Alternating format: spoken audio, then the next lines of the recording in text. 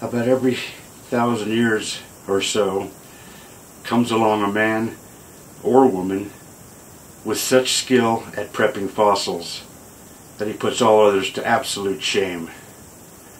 This man is about to attempt something that has never been attempted before: prepping 3 fossil crabs at the same time. Never before in the history of the world has this ever been tried before. And do not try this at home. Okay, enough crap. You're about to see a video, rather long one of my longest ones, about prepping 3 fossil crabs at the same time, and with all the problems that I run into with these fossil crabs.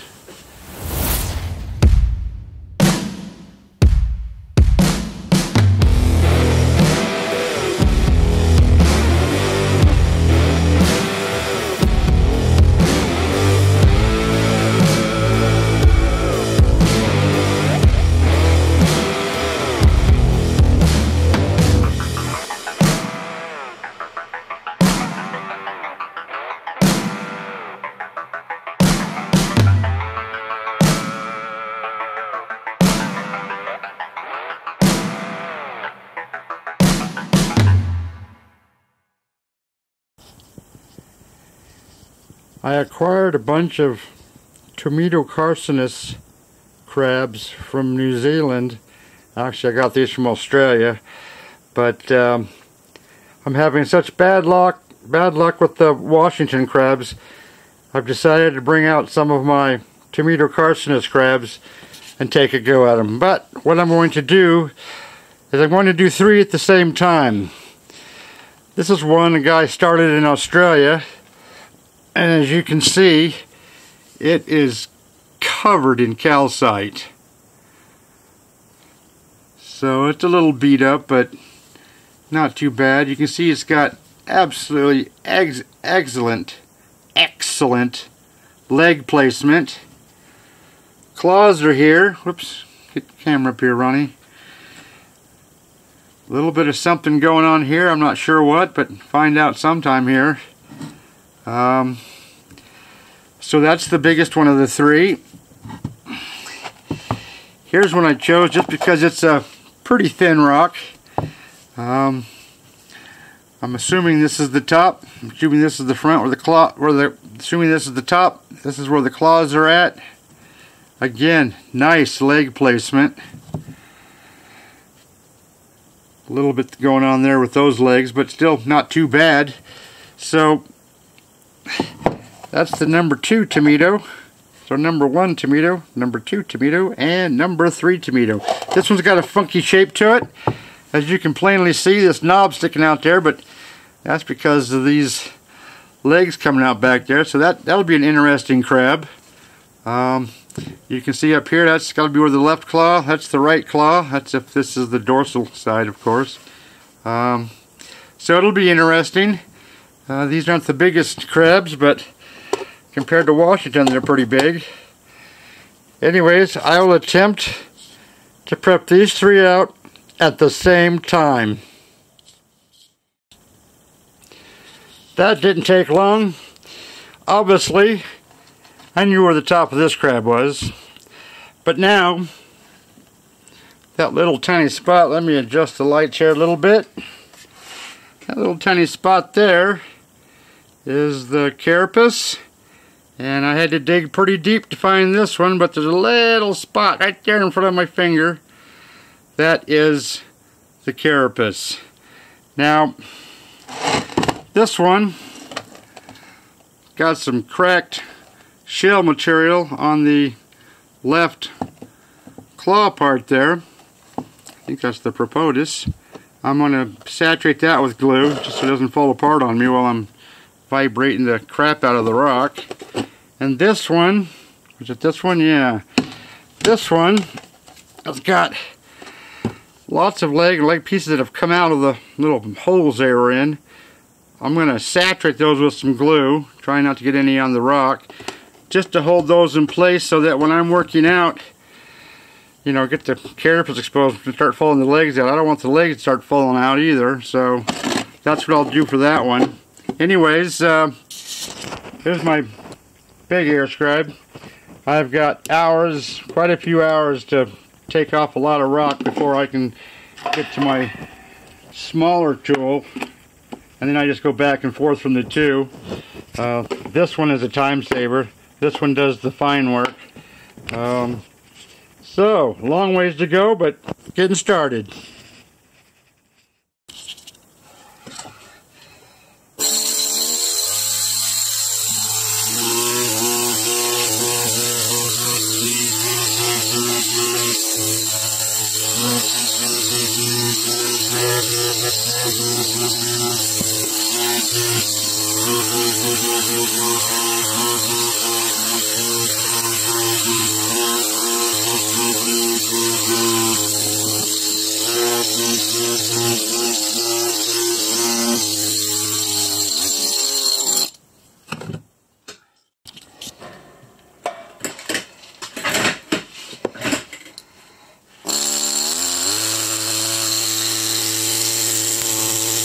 With doing 3 of these crab concretions, there is lots and lots and lots of this.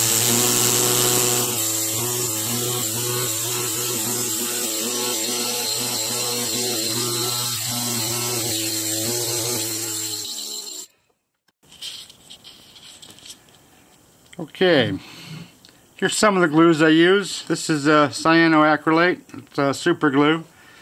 There's a couple different brands out there. This is the brand I use. This is the thin set stuff. It's like water type thickness, and this is more like syrupy thickness for thicker stuff.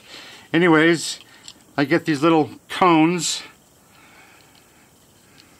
These are little cones here that I can take off, put on because they get clogged. But I put some of this glue in all these spots. As you can see, the darker stuff has been glued and soaks in. It has very good wicking powers. But I hit them all. That'll keep them in place until I can get to attack them and see how badly I can beat them up. Now it's on to the carapace. Gets a little more fun now. Well, I can see now I'm a glutton for punishment. These will all be brutal. On this first one, the guy had already started. He seemed to be jumping all over the place, but I cleaned up, took off some rock a bunch around here. I'm starting to take off this calcite. This is the toughest calcite I think I've ever ran into. It's just beating up the crab. But that's the best I can do. I've seen guys use acid only twice, and it wasn't a good sight. And being that the shell itself is softer than the calcite, that's a bad combo for air abrasive systems, so I don't have much choice but to wear it off. So that's where I'm at on this one. This one you can see I'm also beating up the carapace. It's just sticky as sticky can be. Just an absolute nightmare. This is stuff most guys won't even touch. Same thing with this one. Extremely sticky. I'll be able to hide that a little bit when I'm all done. But what I'm hoping for is that, like this one over here, you see, it's no calcite on these arms.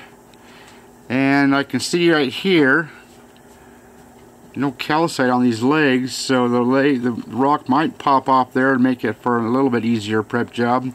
I'm hoping the same is for this one and for this one, but time will tell.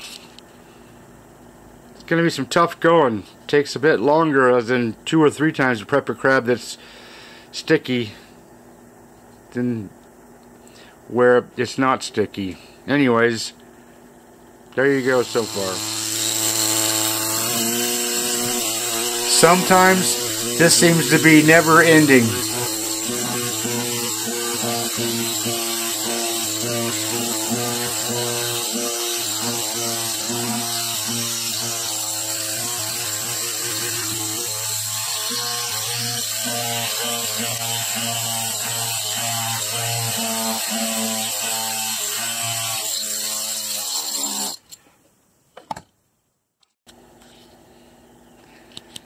This is what I was hoping for. Sometimes the very tops of these carapaces of these New Zealand crabs can be quite sticky. You can see right here, this where there's no tool marks, that's where it released from the rock. And as I'm coming down the edges, it's starting to release. You see those darker colors? That's where I haven't destroyed the carapace. So it's starting to release the rock from the carapace itself, which is always nice. It's too bad it didn't start right here, but it's the way it goes. Anyways, wanted to show you that. With 3 crab concretions, this seems like it's never ending.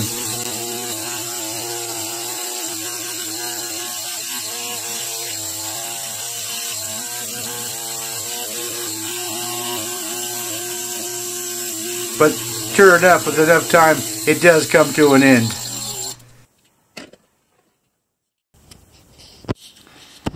As you just saw, while I was taking off lots of rock, let me put that right there, it took off a piece of shell when I chipped off that piece of rock there, which tells you just how stuck that rock is onto the shell of the crab. So that hurt. And as you can see, trying to find that piece would be pretty dang tough. It happens. Doesn't happen very often, but it happens. It's always something. But if I didn't have so much dang fun doing this stuff, I would not be doing it. Finer work with my smaller air scribe. Lots of this all the way to the end of each crab concretion, so a heck of a lot of work.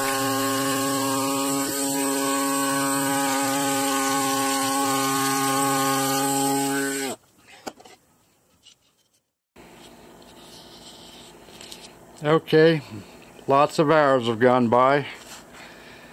This crab, which I thought was going to be the easiest, is turning out to be the most difficult crab I have ever had from New Zealand.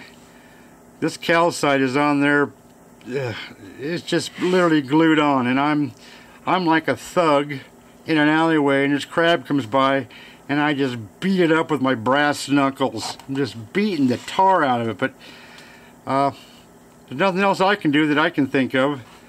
I actually may hit that with sandpaper. Hate to say that. Holy crapo. Never said that in my life. Anyways, this has turned out to be an extremely difficult crab. Getting this calcite off is hours and hours of slow, tedious work to be as careful as I can, to beat it up as less as I can, and I'm not happy with that one at all. This guy, little tiny crab, well, not tiny, but you can see there, went right over the top of that right arm. I don't think I actually hit the shell material, but you can see if you look at that white area, that layer of calcite, I may have hit that just perfectly. And this one, it's a weird shaped crab, but it's only because its legs are coming out here somehow. But you can see where I've taken the big scribe and go around the edges of these crabs, getting really close to the shell, and then I take my smaller scribe and take that off. I just keep going down, basically like a layer at a time, even though these aren't really in layers. But that's a lot of crab carapace.